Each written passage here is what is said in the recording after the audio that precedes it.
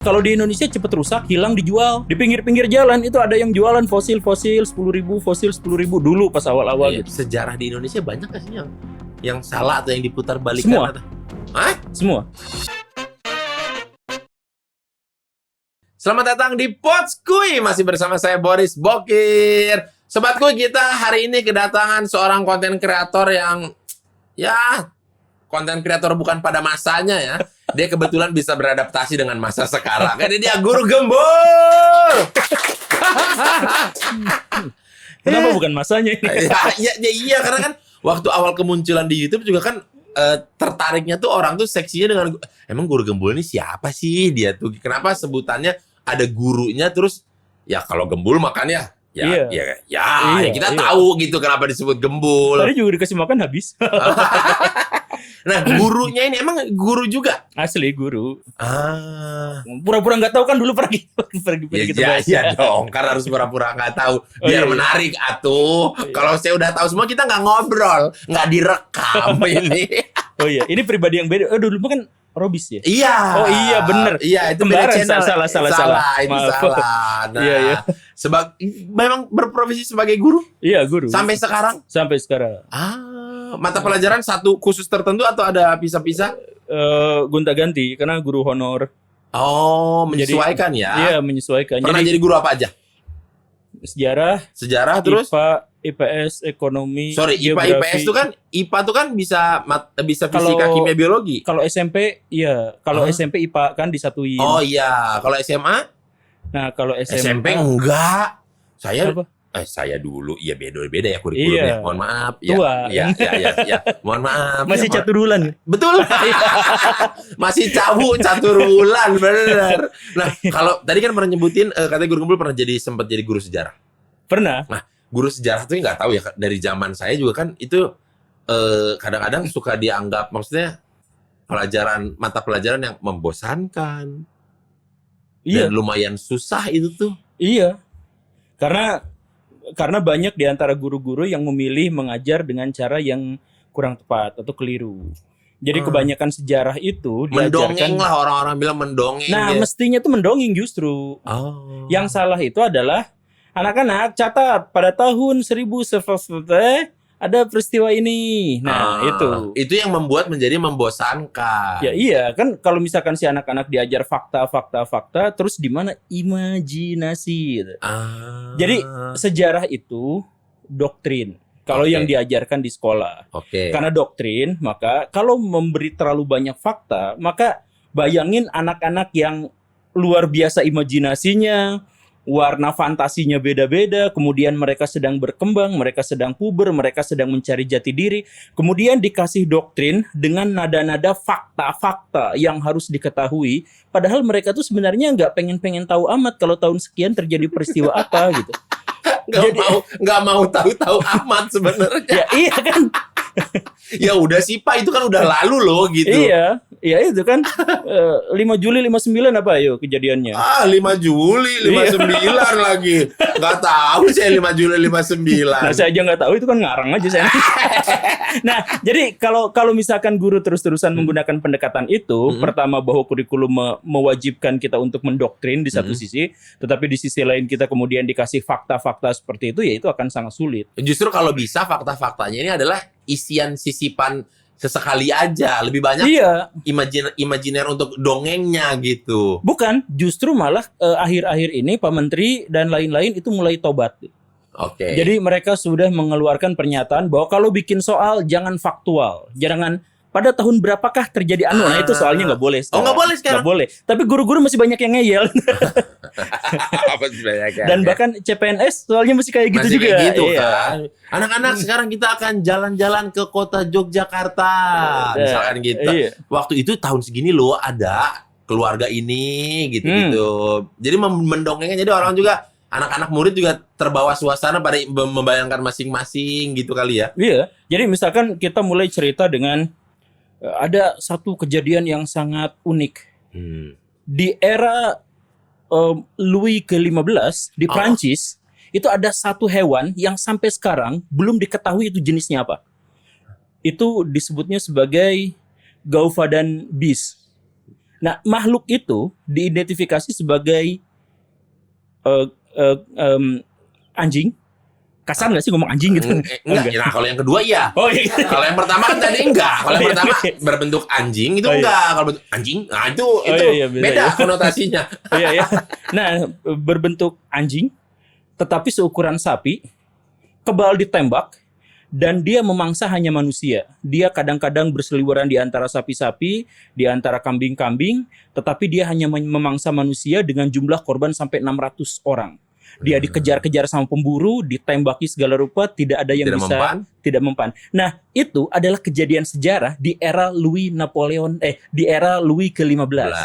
Ketika itu diajarkan awal pertama kali, anak-anak kan mulai imajinasi. Iya. Nah, Louis itu adalah seorang raja yang cerdasnya gak pati-pati amat, yang gampang didoktrinnya iya, yang kejamnya iya, kurang cerdas iya, tapi era selanjutnya, Louis XVI. Nah kan kalau misalkan mulainya dari situ itu kan seru. Kalimat pembukanya dari si hewan itu tadi, jadi tertarik. Iya. Udah nggak langsung masang benteng untuk sejarah bosen gitu. Orang saya aja sampai sekarang masih bingung itu Gauva dan Beast itu apa gitu kan. Louis XV berarti ini suaminya Marie Antoinette. Bukan. Itu Louis XVI. Oh, itu Louis XVI. Nah, kalau udah gitu kan fakta enak kan ngebahas fakta kan. Oh, Louis XVI nanti itu yang nanti dipenggal, digilitin apa segala. Itu kan faktanya seru gitu. Tapi pengantarnya misalkan disampaikan yang seperti itu. Tapi kalau sebagai pernah menjadi guru sejarah, sepenting itukah untuk mengajarkan sejarah tentang bangsa Indonesia ini ke murid-murid? Sejarah itu ada dua bagian yang paling penting. Yang pertama itu adalah bahwa sejarah itu adalah identitas kita. Kan kita gak mungkin mengetahui identitas kita itu dari masa depan. Semua identitas kita itu berasal dari masa lalu. Jadi Kang Boris, kenapa namanya Kang Boris itu ada sejarahnya. Jadi kenapa karena misalkan saya lahiran besar di Bandung, dia orang Bandung, disebut Kang lah gitu. Oh iya, atau Bang Kang Boris. Bang Kang, kesannya lebih ke membangkang ya kayaknya ya. Enggak kan, susah diatur gitu. Kan Batak Sunda kan Bangkang. Betul, tapi pilih salah satu aja dong. Bangkong gitu. Bangkong. Ya kan itu identitas kita. Jadi sejarah itu adalah identitas kita. Kemudian yang kedua, dalam kaitan dengan epistemologis, kan kita tidak mungkin bisa mengetahui sesuatu dari masa depan. Satu-satunya hal yang bisa mengisi pengetahuan otak kita itu adalah dari masa lalu. Iya, tapi maksud aku gini, maksudnya apakah itu jadi pelajaran wajib gitu? Bisa aja kan, maksudnya ya udah kita ada, tapi itu nggak masuk ke dalam pelajaran wajib sejarah tuh itu maksudnya. Ketika itu jadi pelajaran wajib, itu jadi salah. Karena wajib itu kalau tidak dilaksanakan jadi dosa kan. Jadi kalau nilai sejarahnya merah kan naik kelas. Nah, iya itu doktrin. Karena di sekolah kita itu doktrin, makanya sejarah itu diulang-ulang. SD belajar itu. SMP masih belajar Soekarno deklarasi, proklamasi. SMA masih belajar juga proklamasi. Nanti masuk jurusan sejarah kuliah, bahas itu juga gitu. Kan karena itu apa? Karena itu doktrin. Kalau misalkan doktrin itu biasa terkait dengan PKN, biasa terkait dengan, jadi bukan pelajaran murni, tetapi bagaimana cara pemerintah mengontrol generasi muda. Tapi kan kita juga zaman sekarang tuh tahu sejarah itu ditulis oleh yang menang. Enggak juga. Enggak juga. Ada sejarah yang ditulis oleh orang yang kalah. Perang Salib. Perang Salib tuh pihak Eropa yang itu kalah. Luar negeri, yang Indonesia. Oh, yang Indonesia ada banyak. Kayak mau nyegat angkot ya. Kayak mau ngeberhentiin angkot. Di Indonesia ada? Ada. Maksudnya kan kalau melihat ya kayak kemarin lah gitu misalnya, kayaknya zaman sekarang udah banyak yang speak up dan sejarahnya nggak gitu tahu, aslinya tuh begini tahu gitu. Jadi kayak aduh, berat juga jadi guru sejarah ya. Udah bertahun-tahun mengajarkan tentang ini ternyata salah nggak begini gitu.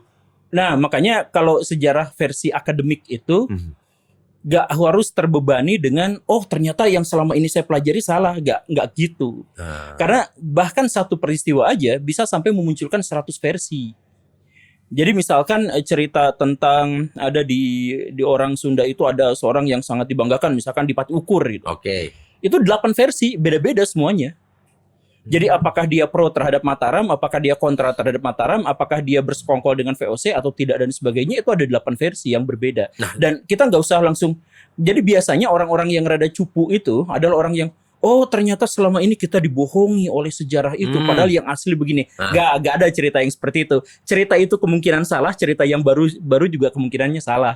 Jadi kita sebagai, ya apalagi sebagai guru, jadi ngasih taunya yang mana nih, kan harus ngasih tahu yang benar dong. Nggak ada. Sejarah itu secara hakikat itu adalah apa yang dituliskan oleh sejarawan. Jadi sangat subjektif.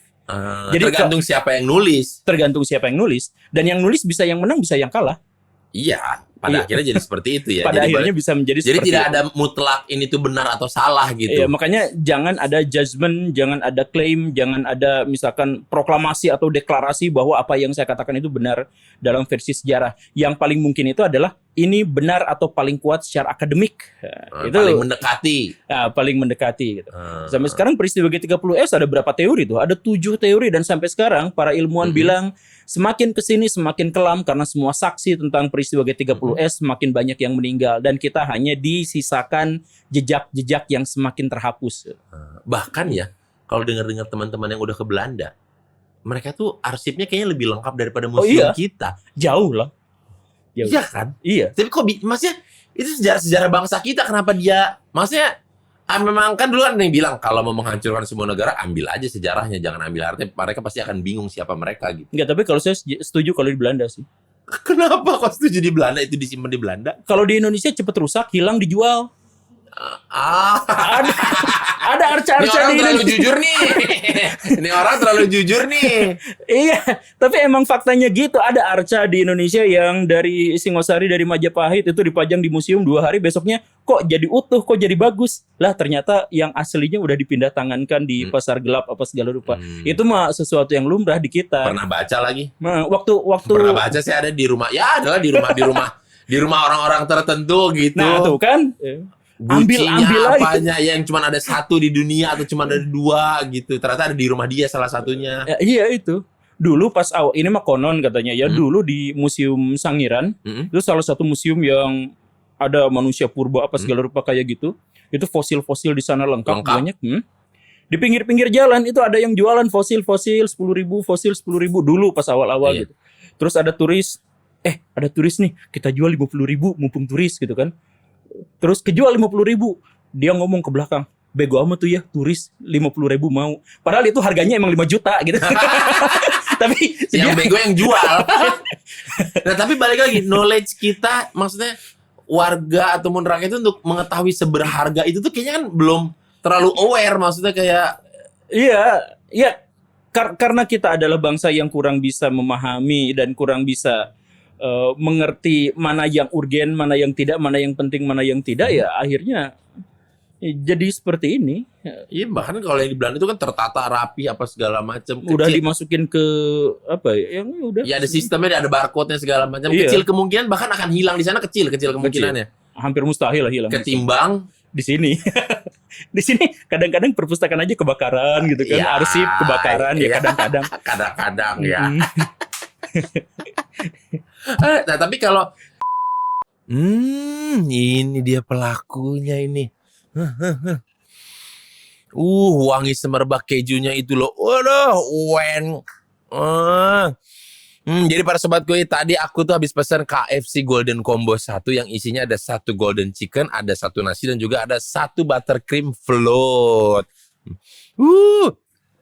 Aku pakai hand sanitizer dulu ah.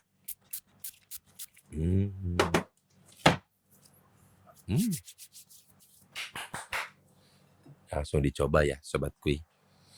Wow, ini sih amazing, ini amazing. Tuh. Goks.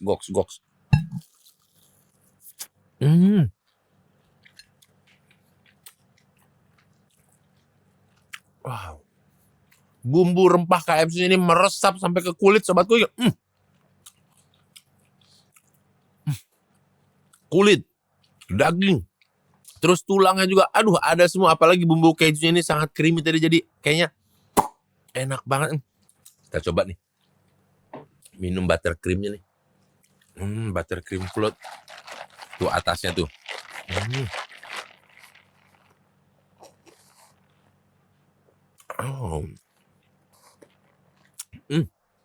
Segar dan manis nih buttercream floatnya, jadi cocok banget diminum kapan aja, apalagi setelah makan tadi golden chicken ini. Enak banget buat kalian para sobatku yang ngiler, langsung aja Kalian buruan pesan aja di aplikasi KFC-ku atau datangin aja store terdekat. Terus langsung kalian pesan KFC Golden Combo 1. Ini harganya cuma 39 ribuan aja. Aku mau lanjut makan dulu ya. Seberapa penting sejarah itu diajarkan ke anak muda gitu, ke generasi muda gitu, kalau menurut Guru Gembul? Ya, itulah. Balik lagi ke yang tadi. Kita tuh gak mungkin bisa mengetahui sesuatu dari masa depan. Kita tuh hanya bisa tahu dari masa lalu. Jadi kita itu otomatis pasti terkait dan berhubung dengan sejarah. Jadi bukan ditanyakan seberapa penting sih sejarah. Emang kita selama ini belajar tuh dari masa lalu, dari sejarah. Kita belajar matematika kan dari rumus-rumus masa lalu, masa dari rumus masa depan gitu. Jadi bukan seberapa pentingnya, tetapi pada hakikatnya kita memang belajar dari masa lalu, dari sejarah itu. Makanya kita harus, nah ini yang paling penting, kita harus memahami metodologi ilmu, metodologi sejarahnya, bukan ceritanya, bukan dongengnya, bukan kata siapanya, tetapi bagaimana ilmuwan itu bisa mengetahui bahwa sejarah itu seperti itu. Kalau misalkan kita sudah belajar itu, maka kita bisa memahami teks mana yang hoax, mana yang tidak, mana yang bohong, mana yang tidak. Kita terbiasa dengan itu. Karena ilmunya atau mungkin rumusnya kita sudah paham. Rumusnya kita sudah paham. Ini ada sejarah ini udah terlalu ngarang ini. Gitu. Ini mah hoax ini mah gitu. Udah bisa menilai hal itu ya karena udah paham metodologinya. Misalkan di musim pemilu sekarang itu ada gonjang-ganjing hebat. Oh nggak boleh mah boleh. Cuma saya kaget aja tiba-tiba ke pemilu. Gimana? Yaudah nggak jadi pemilu ya. Boleh. Yaudah. Di masa yang sangat lampau ada seorang presiden yang dijelek-jelekin banget sama media barat. Kemudian pendukungnya dengan sangat simpel mengatakan, ya percaya kok sama orang barat, gitu kan? Nggak mungkin lah ini kan dari orang barat, atau ya masa percaya sama orang Cina gitu. Kan banyak yang seperti itu. Nah ini kesalahan berpikir itu rasis dalam ilmu pengetahuan. Kan sebenarnya benar dan salah itu bukan terkait dengan barat atau timur. Bukan hanya gara-gara dia ditulis Cina lalu jadi salah gitu. Bukan berarti lalu ditulis sama orang-orang kafir lalu jadi salah. Ya nggak seperti itu juga. Ada metodologinya. Metodologi misalkan bagaimana cara kita mengumpulkan sumber sebanyak mungkin, bagaimana caranya kita melakukan kritik dan verifikasi internal maupun eksternal, bagaimana caranya kita menginterpretasikan itu. Nah itu kan sebenarnya semuanya ada ilmunya. Jadi ini berasal dari barat. Oke, gak jadi masalah mau barat mau timur gak jadi masalah. Tapi bagaimana cara si penulis itu bisa mengetahui fakta ini? Dengan bantuan apa dia mendapatkan itu? Tahun berapa dia mendapatkan faktanya? Dan apa kepentingan-kepentingan yang paling mungkin menyusupinya? Iya. Nah itu kan semuanya ada analisisnya gitu, ada ilmunya. Nah berdasarkan analisis itu berarti Guru Gembul milih paslon nomor berapa? Enggak, ada bercanda itu. Nah tapi kalau ditanya ini mengenai kan pengalamannya sebagai guru SMP pernah, SMA pernah, TK juga pernah. TK pernah. Pernah. Tapi nggak laku kan karena iya dong, masa anak-anak TK pengen dikasih jadi ya, Keisha ya. Dikasih tentang logis nggak masuk ke anak TK. Kalau anak guru SMP, anak SMP, SMA paling senang mereka tuh sejarah apa? Pengalaman saya pribadi ya, pengalaman saya pribadi waktu ngajar sejarah tuh mereka paling seneng tuh sejarah justru sejarah luar. Oh gitu? Iya. Jadi karena? Ya itulah karena sejarah lokal itu terlalu banyak doktrinnya. Jadi mereka tuh senang sama Mesopotamia kuno, Mesir kuno. Karena ketika mereka belajar tentang Mesopotamia kuno atau Mesir kuno, game yang biasa mereka mainkan ada di situ. Ataupun film The Mummy gitu kan, ya walaupun butut tapi itu nyambung sama apa yang diajarkan gitu kan? Sama yang diajarkan gitu. Bahkan kadang-kadang membantah, Pak itu kalau misalkan di film itu nggak kayak gitu. Ya kan langsung saya ketapel, itu kan film. Ketapel, itu kan film ya. Ya tapi berarti ada kaitannya juga, maksudnya di kita produksi untuk memproduksi tentang sejarah-sejarah itu kurang apa ya, maksudnya kurang bikin orang jadi tertarik, jadi orang kita kalau misalkan bahas sejarah kuno gitu ya, kan paling ngehubunginnya sama yang gini, yang naga yang gitu-gitu gitu, yang ada bawahnya ular. Kerajaan yang kita yang naga-naga terbang ataupun yang ada jokernya. Ada joker. Ya kan Kakanda, jadi bagaimana Kakanda? Aku akan menemuinya Kakanda. Nah, iya kayak gitu kan, jadi apa ya? Mana bajunya jahitan lagi kan, jadi jadi secara production value mereka tuh lebih seneng lihat yang ada di TV dan ada yang di game, lalu mereka implementasikan dengan apa yang diajarkan. Ada loh kemiripannya gitu. Iya. Makanya kalau misalkan saya ngajarin sejarah Nusantara, saya akan kaitkan juga dengan sejarah-sejarah internasional gitu, sejarah dunia. Kok bisa? Bisa lah. Jadi misalkan gini, ada sebuah sejarah misalkan. Pas angkatan kita itu nonton film Yoko atau Tiobuki ya. Di situ ada cerita misalkan Butong Fai, Shaolin Fai, Kung Tung Fai, Wasan Fai. Salah satunya itu dari Indonesia. Misalkan dimulai dari situ. Atau tahu nggak racun barat itu dari Persia, makanya pakai sorban. Nah, misalkan yang seperti itu. Di pembukanya ini tergantung kalimat pembukanya ya. Pembukanya, makanya si racun barat itu dia tuh Muslim dan salah satu yang menyebarkan ajaran agama Islam tahun 1400-an pas kan dengan itu. Nah itu muncul misalkan Pangeran Jinbun. Nah, Jinbun datang ke sini atau misalkan Sunan Gresik, ada kemungkinan dia berasal dari situ di tempat yang sama. Makanya Sunan Gresik ketika datang ke Jawa, apa yang diajarkan salah satunya itu adalah teknik pengobatan, ilmu pengobatan. Sama seperti si racun barat di sana. Jadi dikait-kaitkan aja. Tapi Guru Gembul bisa punya banyak modal seperti ini karena kan Guru Gembul senang baca. Iya, senang nonton juga. Iya, nonton, baca. Jadi knowledge-nya pun juga memang luas, memang gede banget gitu jangkauannya, reach-nya gitu. Tapi kan ada juga teman-teman guru yang memang ya dulu milih jadi sarjana pendidikan dan di guru sejarah pun ya karena pilihan 1-2-nya kakak terima. Ya iya itu. Saya tuh sekelas, saya yang pilihan nomor 1 tuh. Iya kan? Ya tapi emang sejarah saya. Ya tapi gitu misalkan memang. Misalkan gitu kan. Tapi emang gitu. Jadi saya mohon maaf bukan mendiskreditkan satu pihak tertentu gitu ya. Tapi banyak sekali masyarakat kita yang dia memilih pekerjaan bukan karena dia memang suka di bidang itu, bukan karena dia di situ. Bukan passionnya di situ, tetapi karena dia ditakut-takutin bahwa kamu nggak bisa kerja kalau misalkan nggak di sini, kamu tuh modalnya begini. Jadi otak masyarakat Indonesia itu didorong supaya menjadi punya mental miskin. Jadi mereka takut kalau nggak kerja gitu. Jadi akhirnya tujuan saya masuk ke universitas ini adalah biar gampang kerja. Nah gitu kan. Karena ketika nanti kerja akan dapat duit. Terserah apa kerjanya, yang penting dapat duit. Gitu. Harusnya kan happy dulu tuh. Kalau udah happy pasti kita komitmen. Kalau udah komitmen kita berdedikasi. Kalau berdedikasi kita jadi salah satu yang terbaik di situ.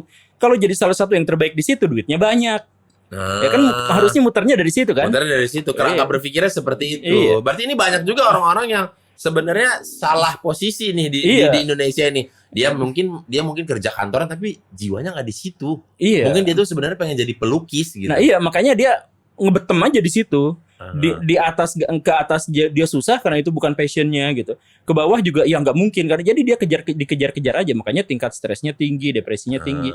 Enak kan di dunia entertainment Bang Boris enak ya? Iya enak. Karena menikmati sampai sekarang pun Akang tuh masih eksis gitu. Karena menikmati dunia ini. Gerak. Coba kalau misalkan Akang sekarang itu ngikutin misalkan pepatah dari leluhur, jadi PNS aja misalkan jadi apa?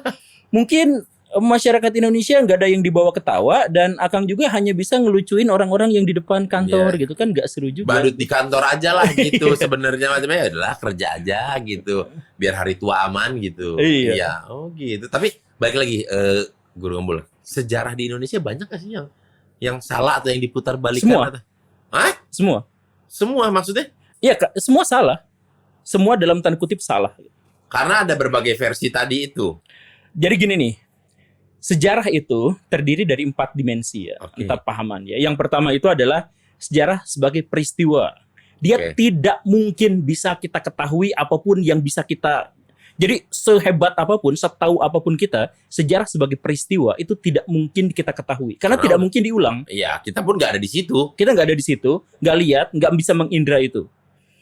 Indra Kens. Yang kedua, kenapa harus ada nyebut nama orang sih? Yang kedua itu adalah sejarah sebagai kisah. Di mana sejarah sebagai kisah itu bisa kita ulang-ulang, bisa kita ceritakan, tetapi itu bukan fakta yang sesungguhnya. Itu hanya pencerita dari orang kedua, orang ketiga, dan seterusnya. Makanya itu distorsif. Sejarah yang ketiga lebih distorsif lagi, sejarah sebagai seni. Dia jadi pentas, dia jadi film, dia jadi apa. Itu menginspirasi banyak orang, memberikan banyak pelajaran bagi orang lain, tetapi distorsinya lebih besar. Romeo karena itu and Juliet. Di antaranya. Misalkan. Dan yang keempat itu adalah sejarah sebagai ilmu. Nah, setelah ini semua baru sejarah sebagai ilmu. Nah, yang diajarkan ke anak-anak kita ada tambahan satu lagi, sejarah sebagai doktrin. untuk nasionalisme kita. Makanya misalkan yang sering diajarkan, yang sering sekali disampaikan, Belanda menjajah Indonesia 350 tahun, padahal cuma 42 tahun. Belanda memaksa orang-orang Indonesia kerja rodi sampai meninggal, padahal mereka bayar. Nah, misalkan yang seperti itu kan. Apa bangun Anyer Panarukan itu jalan segala macam. Iya, jadi padahal mah bayar. Padahal mah bayar. Bahkan di Sumedang, Kang, pernah ke Sumedang kan? Pernah dong. Di situ ada patung Dendels lagi salaman. Dengan warga. Bukan, dengan siapa itu? Siapa sih? Dengan Pangeran Cornell. Ada tugunya di situ. Padahal itu kan tidak benar kan. Dendels tidak pernah ke situ dan tidak pernah salaman sama Pangeran Cornell, tapi sejarah kita menceritakan itu bahkan sampai ada tugunya. Jadi kalau misalkan ada orang Belanda lewat ke situ kayaknya rada malu-malu sendiri gitu kitanya. Ini apa sih? Ini ngapain? Siapa dia di sini? Iya, gitu. Dendels gak pernah ke sini. itu kejadiannya pada tahun 1813, Dendelsnya udah pulang kampung. Udah pulang kampung. Jadi itu si bule yang di situ salaman tuh siapa? Bahkan misalnya kayak kalau nggak salah kita dengar-dengar di Jepang kan sering banget tuh viral tuh di internet yang kayak, kita pernah ngejajah kalian, maaf ya kita nggak tahu karena di sekolah kita nggak pernah diajarin, kita nggak pernah kasih tahu. Ya kalau Jepang itu emang sengaja ditutupin karena pada waktu itu mereka jahat kan, fasis. Iya. Ada juga maksudnya doktrin yang seperti itu untuk ada. Biar generasi kita nggak usah tahu tentang apa yang terjadi kemarin-kemarin gitu. Ada di kita juga ada yang seperti itu tapi versi kecil-kecilan. Misalkan ada pahlawan di Indonesia tapi di Singapura itu dituntut melakukan kejahatan segala rupa gitu. Di Singapura pernah ada kejadian kayak gitu. Nah, tapi kalau misalkan menurut sepengetahuan Guru Gembul, apa sejarah yang paling Guru Gembul sayangkan yang pernah terjadi di Indonesia, atau kejadian atau peristiwa apa yang menurut Guru Gembul, aduh nih sayang banget terjadi ya kayak begini gitu di Indonesia? Apa ya? G30S kayaknya. itu konyol sih. Konyol. Itu harusnya nggak kejadian seperti itu. Jadi di multiverse yang lain tuh nggak gitu. Nggak segitunya gitu. Itu tuh nggak sengaja. Nggak sengaja. Itu terlalu banyak ketidaksengajaan yang berakumulasi. Jadi kebetulan yang akhirnya melumatkan jutaan rakyat Indonesia. Oh, maksudnya Guru Gembul nih adalah sampai di detik ini orang kalau tahu itu banyak cerita tidak benarnya atau segala macamnya gitu, maksud Guru Gembul? Enggak, itu konklusi saya, itu pendapat saya, pernyataan saya setelah saya baca 7-8 versi itu semuanya.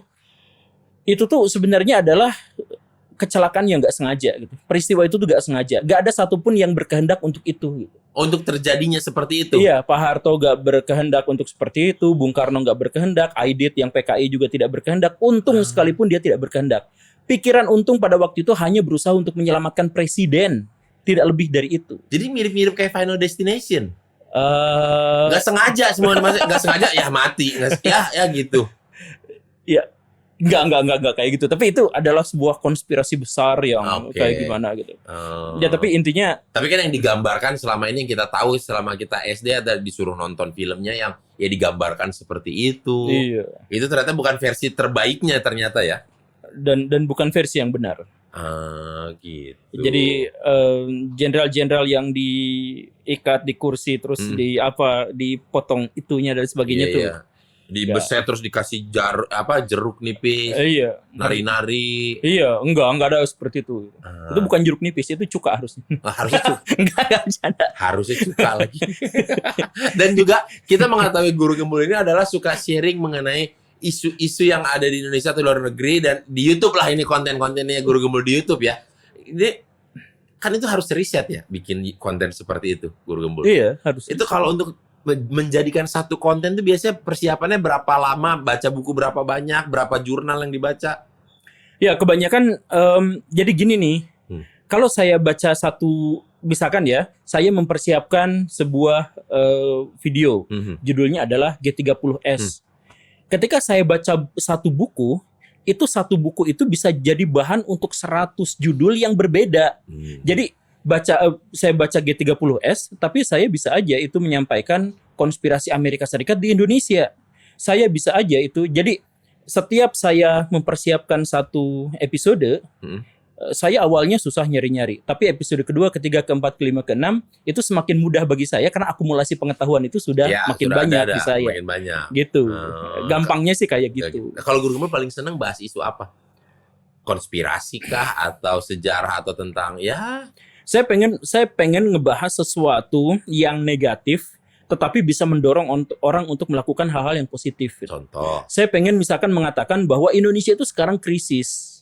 Bahwa Indonesia itu sekarang korupsinya salah satu yang paling tinggi, bahwa sumber daya manusia sekarang di Indonesia itu terancam, IQ-nya cuma 78, jam bacanya paling sedikit, kemampuan logika matematikanya paling sedikit, kemampuan berbahasanya paling sedikit, kemampuan beretorikanya juga sangat jarang dan sebagainya. Saya pengen paparkan itu, tetapi justru ingin saya tekankan bahwa para pahlawan, tokoh-tokoh besar, orang-orang brilian dari masa lalu itu pasti lahir dari sebuah negara yang dalam kondisi krisis. Jadi disinilah kita punya peluang, punya kesempatan untuk menjadi tokoh-tokoh besar. Kita punya peluang untuk menjadi pahlawan-pahlawan di masa depan karena semua iklim dan semua ekosistem yang dibutuhkan untuk menjadi orang-orang besar ada di Indonesia. Kita ngalamin krisis. Saya pengen menekankan itu. Jadi ayo kita sama-sama jadi pahlawan masa depan. Kita tahu kan sekarang negara kita bobrokan. Kita tahu orang jujur susah untuk dapat kerjaan. Kita tahu orang-orang yang baik itu susah untuk dapatkan pangkat. Tapi itulah lahan perjuangan kita. Untuk di masa yang akan datang gitu ya. Makanya hidup tuh ngambil pelajaran dari masa lalu untuk kehidupan di masa depan. Nah, dengan guru gemul visi misi yang seperti ini, apakah banyak menimbulkan pro dan kontra? Oh banyak. Yang ngehujat saya itu alhamdulillah banyak. Menghujat karena kenapa?